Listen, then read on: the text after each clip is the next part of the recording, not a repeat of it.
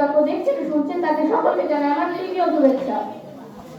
আজকের বিতর্কের বিষয় হলো সাংস্কৃতিক চর্চা ও খেলাধুলায় পারে যুব সমাজকে স্মার্ট রাত থেকে মুক্তি দিতে। যুক্তিসঙ্গত কারণে আমি আমার দলের বিপক্ষে অবস্থান করছি।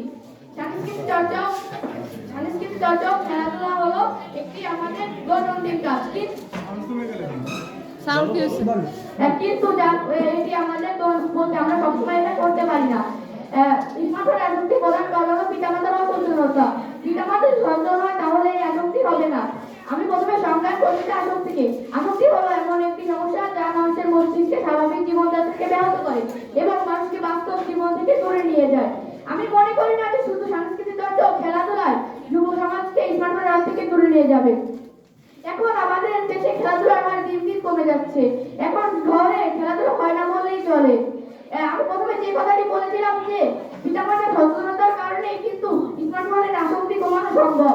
আমার প্রতিপক্ষ দলের বন্ধুরা এখানে প্রশ্ন করেছিল যে খেলাধুলা 24 ঘন্টা খেলাধুলা যদি আমরা করি তাহলে আমরা আমাদের স্মার্টফোনের মধ্যে আসক্তি থাকবে না। কিন্তু খেলাধুলা কত সময় করা সম্ভব? খেলাধুলা 1 ঘন্টা 2 ঘন্টা সর্বোচ্চ 3-4 ঘন্টা করা সম্ভব। কিন্তু বাকি সময়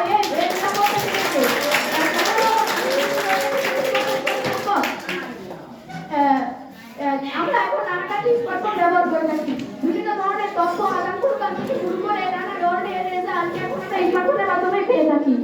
স্মার্টফোন আমাদের এখন দৈনন্দিন জীবনের বাহকে রূপান্তর হয়েছে। আমি আমার প্রতিপক্ষ থেকে দলের বন্ধুদের কাছে প্রশ্ন রাখতে চাই যে খেলাধুলা কি 24 ঘন্টা করা সম্ভব? যদি না করা হয় তাহলে বাকি সময় এর নিরাপত্তা কে দেবে? এটা নিশ্চয়তা কে দেবে? আমি বলতে চাই যে খেলাধুলা 24 ঘন্টা করা সম্ভব নয়। পিতামাতা সচেতন হলে কেবল আমরা এই ঝুঁকি এড়াতে পারবো। আমরা বর্তমানে দৈনন্দিন জীবনে নানা ধরনের কাজে আমরা স্মার্টফোন ব্যবহার করি। কোনো গুরুত্বপূর্ণ অনলাইন ক্লাস থেকে শুরু করে কোনো তথ্য সংগ্রহ যে কোনো বিষয় জানার জন্য আমরা স্মার্টফোন ব্যবহার করি।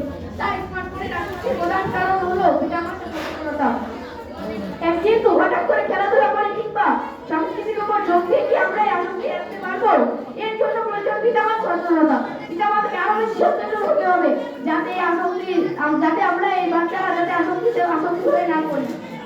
বাচ্চাদের প্রতি তাদের আরো যত্নশীল হতে হবে। তাহলে এই স্মার্টফোনের প্রতি আসক্তি এড়ানো সম্ভব। আপনারা কি বলতে চান যে খেলাধুলা আপনারা কি বলতে চান যে একজন খেলোয়াড় বা শিল্পী 24 ঘন্টা মোবাইল ফোন ধরে? কিন্তু না, একজন খেলোয়াড় বা শিল্পী কি মোবাইল ফোন ব্যবহার করে না? তাহলে তারা বাকি সময় তারা তো বেশি সোশ্যাল মিডিয়ার সঙ্গে যুক্ত। এই বলে আমি বক্তব্য শেষ করছি। সকলকে ধন্যবাদ।